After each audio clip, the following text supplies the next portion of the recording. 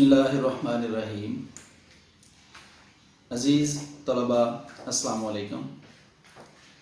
उम्मीद करता हूँ कि आप अल्लाह रब्बुल इज़्ज़त के फ़ज़ल व करम से सब ठीक होंगे, खैरियत से होंगे, और दुआ भी करता हूँ कि अल्लाह पाक आप सबको, आपके घर वालों को अपने हिफ्ज़ व मान में रखें।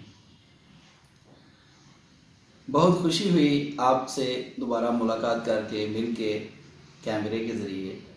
अगर मिलते, अल्लाह पाक से दुआ है कि अल्लाह पाक दोबारा मौका दे कि आप मेरे पास हों, सामने हों, और आपसे पढ़ाई के मतलब पढ़ाई की बातें करें, तालीम की बातें करें, इल्म की बातें करें, आपको अपना हाल बताएं, आपका हाल पूछें। चलें, अल्लाह की जो मर्ज़ी। उम्मीद है अल्लाह पाक बहुत जल्द इस वबा को हमारे दरमियान में से निकाल देंगे और हम पहले की तरह नॉर्मल लाइफ गुजारेंगे। अज़ीज़ तलबा, हमने CPC मैंने जो पढ़ाई वो पढ़ा दी हुई, मुकम्मल जो सिलेबस था वो मुकम्मल कर दिया हुआ है। आप सबसे मैं गुजारिश करता हूँ कि किसी भी बच्चे को CPC के सब्जेक्ट में कोई भी प्रॉब्लम हो तो वो कॉलेज के ज़रिए मुझसे रब्ता कर सकता है, और आपने इस बात का फ़ीडबैक भी देना है कि कौन से टॉपिक हमने पढ़ने हैं या जिनकी आपको ज़रूरत है। जिस लेक्चर की, टॉपिक की आपको ज़रूरत होगी वो मैं इंशाअल्लाहुल अज़ीज़ आपके सामने कैमरे के ज़रिए आपको अपना इल्म शेयर करने की कोशिश करूँगा, और कोशिश करूँगा कि आपको बेहतरीन तरीके से जो आपका हक बनता है वो इल्म आपको डिलीवर करूँ।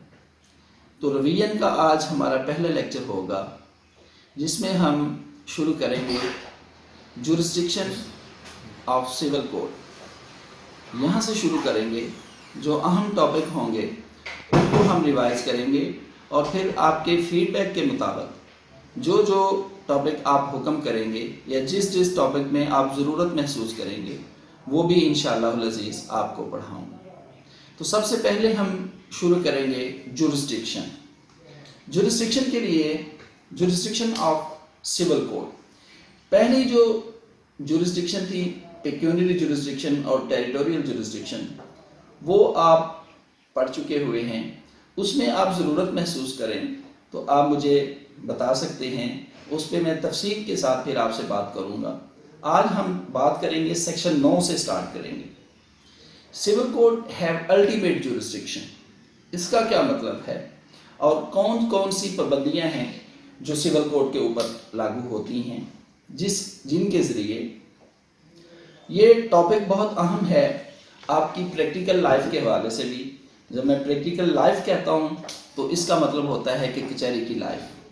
प्रैक्टिस जब आप करेंगे उसमें आप एडवोकेट भी होंगे, आप जजेस भी होंगे, आप और भी मामला देखेंगे, लेकिन इन दोनों में अगर आप जज बनते हैं, आप एडवोकेट हैं, वकालत करते हैं, तो सेक्शन 9 अगर आप सिविल वकालत करते हैं तो सेक्शन 9 आपकी ज़िंदगी में बहुत अहम होगा, आपकी प्रैक्टिकल लाइफ में बहुत अहम होगा, जिसमें सिविल कोड के इख्तियारात के बारे में बताया हुआ है कि सिविल कोड हर किस्म का जो मामला है, सिविल मुकदमा, उसको समाअत करने का इख्तियार रखती है।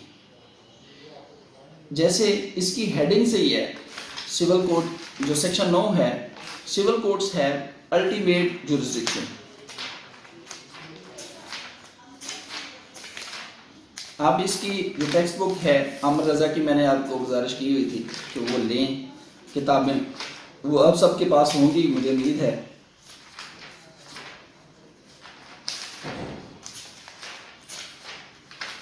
जी, सूट्स इन जनरल ये हेडिंग है। Courts to try all civil suit unless barred. इसका मतलब courts to try all suits of civil nature, courts to try all civil suits unless barred, ये इसका हेड है। अब इसकी जो वर्डिंग है सेक्शन 9 की, वो मैं पढ़ता हूँ। The courts shall subject to the provisions herein contained have jurisdiction to try all suits of civil nature accepting suits of which their cognizance is expressly or impliedly barred। अब इनकी जो section 9 की जो वर्डिंग है, इसके मुताबिक हर तरह का सिविल मुकदमा सुनने का इख्तियार है सिविल कोर्ट को। अब इसमें तफसील में जाने की ज़रूरत नहीं है कि सिविल मुकदमात कौन से होते हैं। आपको वैसे पहले दिन से ही पार्ट 1 से ही आपको पढ़ा रहे हैं कि आपको मुख्तलिफ लेक्चरों के ज़रिए मुख्तलिफ लेक्चरर बता रहे हैं, और अब आप माशाल्लाह फाइनल ईयर में हैं। आपको पता है कि लॉ की मोटी मोटी जो मैंने भी बताई हुई हैं, आपको 2 किस्में हैं, एक क्रिमिनल है और एक सिविल है। क्रिमिनल में आप फौजदारी मुकदमात जिसमें पीपीसी के अंडर जितनी भी सज़ाएँ तज़ीरात में आती हैं वो क्रिमिनल लॉ में आती हैं, जिसमें सज़ाएँ होती हैं। और ज़मीनों के लेन देन मैंने आपको बताया हुआ है, ज़मीनों के लेन देन, पैसों के लेन देन और एक दूसरे से जो मामलात होते हैं कॉन्ट्रैक्ट के, वो सारे सिविल में आते हैं। अब सिविल कोर्ट के पास सेक्शन 9 के मुताबिक हर तरह का इख्तियार है सिविल मुकदमात को सुनने का, सेक्शन 9 के मुताबिक। लेकिन इसकी जो वर्डिंग है एंड पे लिखा हुआ है कि अनलेस और until there jurisdiction is expressly और इम्प्लाइडली बार्ड। अब ये जो एक्सप्रेसली और इम्प्लाइडली बार्ड की बाबत लिखा हुआ है कि ये कैसी प्रोविजंस हैं, कैसे सिविल कोर्ट की जुरिसडिक्शन जो है उसको बार्ड करते हैं। अच्छा, इससे पहले कि ये जो सेक्शन 9 दिया गया है इसके पीछे रैशनल क्या था, क्यों ये सेक्शन 9 दिया गया। एक मैक्सिम था, हमने पढ़ा, आपने पढ़ा हुआ है, उबी जस्ट उबी रेमडियम, where there is wrong there is remedy. या इसको यूं भी कह सकते हैं, there is no wrong without remedy. अच्छा, जहां कहीं भी कोई रॉन्ग कमिट होगा तो उसकी कोई ना कोई रेमेडी अवेलेबल होगी कानून में। तो कानून जब बना, लेजिस्लेचर की जो इंटेंशन थी कि जहां कहीं भी कोई रॉन्ग कमिट करता है तो उसकी रेमेडी होनी चाहिए, जिसके साथ रॉन्गफुल एक्ट कमिट हो जाता है। तो सेक्शन 9 में दिया गया कि जो सिविल कोर्ट्स हैं उनके पास इख्तियार होगा, हर किस्म का सिविल मुकदमा सुनने का इख्तियार होगा। फिर सब्जेक्ट टू कह दिया, आगे लिख दिया कि कुछ सर्टेन पाबंदियां भी, जिनमें कुछ पाबंदियां एक्सप्रेस होंगी और कुछ इम्प्लाइड होंगी। अच्छा, इसके ऊपर जो पाबंदियां होंगी सिविल कोर्ट के इख्तियार के ऊपर जो पाबंदियां हैं वो 3 तरह की पाबंदियां पढ़ी हमने। एक थी एब्सोल्यूट बार, नंबर 1, नंबर 2 थी कंडीशनल बार्स और नंबर 3 थी स्पेशल बार्स। अब जो एब्सोल्यूट बार हैं उनको 2-3 मैं मिसालें दूंगा आपको 1 बाय 1। एब्सोल्यूट बार में अब दोबारा मैं गुजारिश करता हूं ताकि सब बच्चों को ये बात ज़हन नशीन हो जाए कि ये एक जनरल रूल है सेक्शनों में दिया हुआ कि सिविल कोर्ट के पास इख्तियार है हर तरह का सिविल मुकदमा सुनने का, लेकिन उसके ऊपर कुछ पाबंदियां हैं। वो पाबंदियां एक्सप्रेस भी हैं और इम्प्लाइड भी हैं। अब वो पाबंदियां कितनी किस्म की, 3 तरह की पाबंदियां हैं। एक एब्सोल्यूट बार्स हैं, एक कंडीशनल बार हैं और तीसरी हैं स्पेशल बार्स। सबसे पहले हम देखते हैं एब्सोल्यूट बार। एब्सोल्यूट बार में सेक्शन 10 सीपीसी का आपने पढ़ा है रेस सब्जुडिस। रेस सब्जुडिस का मतलब कि एक फ्रीकेंड के दरमियान एक पार्टी है, उसके दरमियान सेम सब्जेक्ट मैटर पे पहले एक दावा ज़ेर समाअत है एक कोर्ट में। पहले एक दावा एक कोर्ट में सेम पार्टीज के दरमियान सेम टाइटल से ज़ेर समाअत है, अभी वो चल रहा है। अगर वो दावा चल रहा है तो उन्हीं फरीकैन में से कोई फरीक प्लेंटिफ भी हो सकता है, डिफेंडेंट भी हो सकता है। अगर वो प्लेंटिफ दावा दायर कर देता है दोबारा सिविल कोर्ट में वो किसी दूसरी कोर्ट में लग जाता है, फिक्स हो जाता है, चलना शुरू हो जाता है। तो जो दूसरी कोर्ट है उसके ऊपर एब्सोल्यूट बार है, एक्सप्रेस बार है। एक्सप्रेस बार जो एक्सप्रेस, मैंने अभी शुरू में कहा ना कि एक्सप्रेस और इम्प्लाइड बार है, तो एक्सप्रेस बार जो थी उसमें एब्सोल्यूट बार पहले जो मैंने दर्ज की, रेस सब जुडिस, जो दूसरी कोर्ट होगी जिसमें दूसरा दावा दायर किया गया है वो उस दावे को नहीं चला सकती। सेक्शन 10 सीपीसी का रेस सब जुडिस, वो उस दावे को नहीं चला सकती। अच्छा, दूसरी इसकी एग्जांपल मैं दूं, रेस जुडिकेटा, सेक्शन 11 सीपीसी का। उसके तहत उसका जो रूल है कि फ्री कैन में एक पार्टी में एक सब्जेक्ट मैटर पे पहले मैटर एडजुडिकेट हो चुका है, केस का फैसला हो चुका है। मसलन एक ए ने बी के खिलाफ दावा दायर किया है, वो एक कॉम्पिटेंट कोर्ट है, उसके सामने जेर समात रहा, दोनों फरीकैन ने अपना अपना मौक़िफ़ कोर्ट में पेश किया, प्लीडिंग के ज़रिए भी और बाद में एविडेंस के ज़रिए भी। फिर आर्गूमेंट्स हुए, कानून के मुताबिक जज साहब ने फैसला कर दिया, केस का फैसला हो गया। अब वो फैसला हो चुका हुआ है एक मैटर का, उसी सब्जेक्ट मैटर पे उनमें से फरीकैन में से जो पहले ए और बी दोनों पार्टी थी वो नया दावा दायर कर देते हैं। नया दावा जब दायर करेंगे तो वो काबिल इस्तेमाल नहीं होगा। रेस जुडिकेटा सेक्शन 11 सीपीसी का जो प्रिंसिपल है वो अप्लाई होगा कि इस सब्जेक्ट मैटर पे पहले फलां कोर्ट से सेम टाइटल पे सेम फरीकैन पे फैसला हो चुका हुआ, तो नया दावा ज़ेर समात नहीं हो सकता, नहीं चल सकता। तो ये सिविल कोर्ट जिसमें दूसरा दावा ज़ेर समात है, दूसरा दावा दायर किया गया है, उस कोर्ट के ऊपर ये बार है, एक्सप्रेस बार है कि उस दूसरे केस को नहीं सुन सकते। ये एक्सप्रेस बार की दूसरी एग्जांपल है। तीसरी एग्जांपल इसमें मैं एक और आपको दे देता हूँ।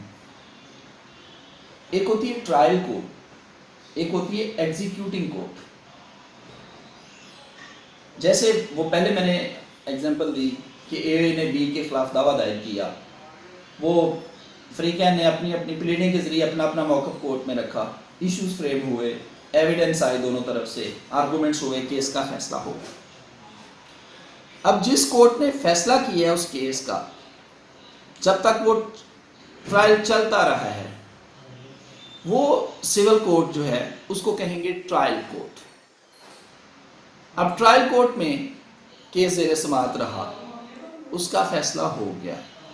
अब उस फैसले पे अगर वो स्पेसिफिक परफॉर्मेंस का सूट है या कोई ऐसा सूट है जिसकी एग्जीक्यूशन होनी, तो फिर उस फैसले पे अमल दरामद करवाने के लिए आप दोबारा कोर्ट से रुजू करेंगे।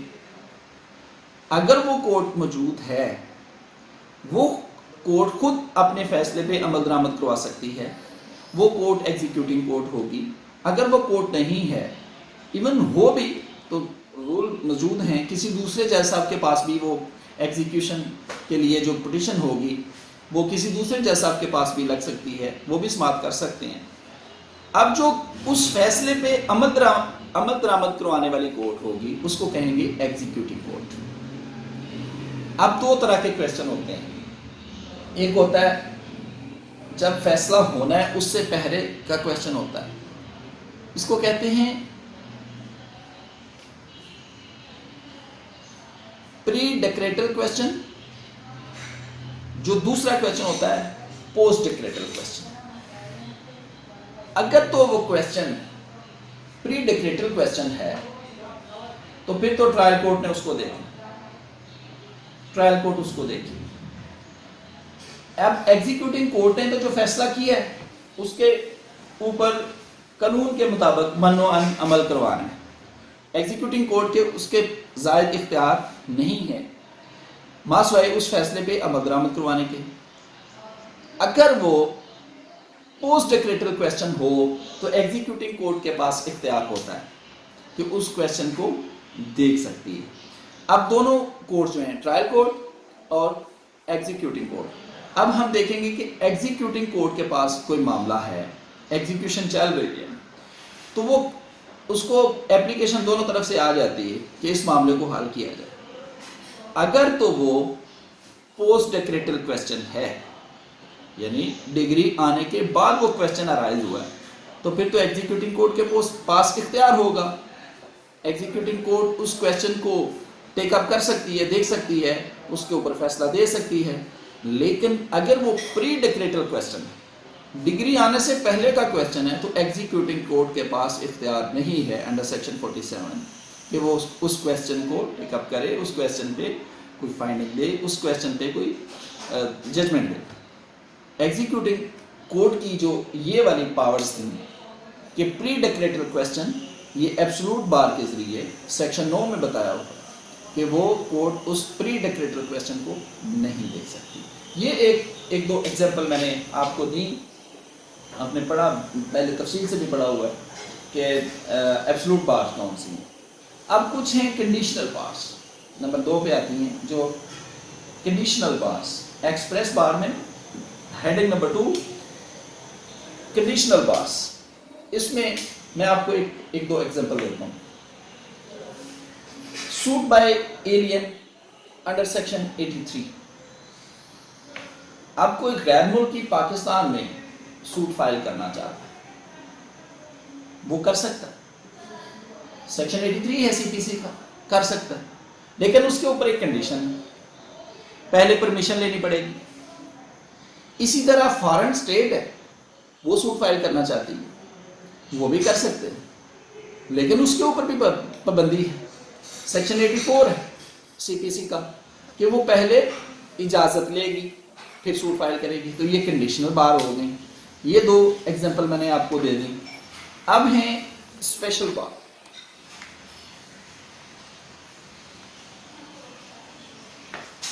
अच्छा, कुछ स्पेशल बार्स आती हैं सिविल कोड के ऊपर कि वो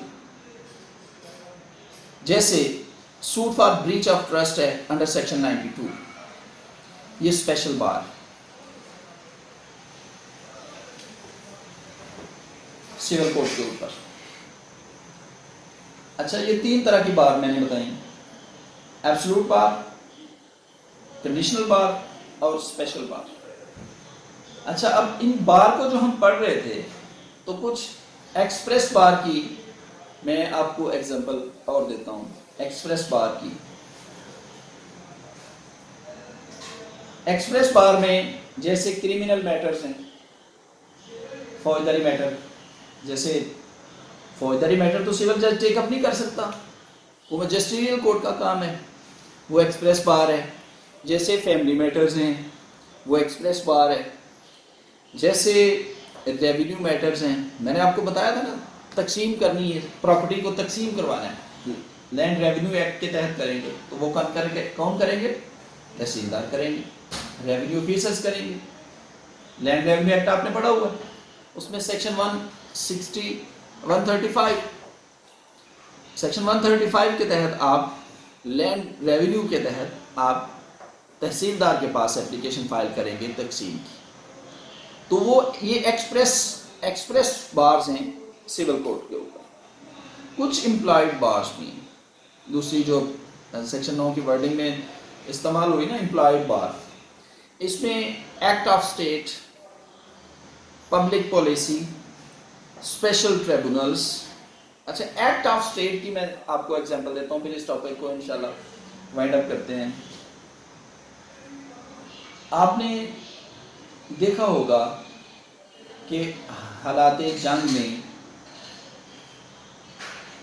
फौजी जो हमारे यहाँ मशकें करते हैं, वो आते हैं, हमारी फसलों के ऊपर गाड़ियाँ चला देते हैं या मोर्चे बना लेते हैं।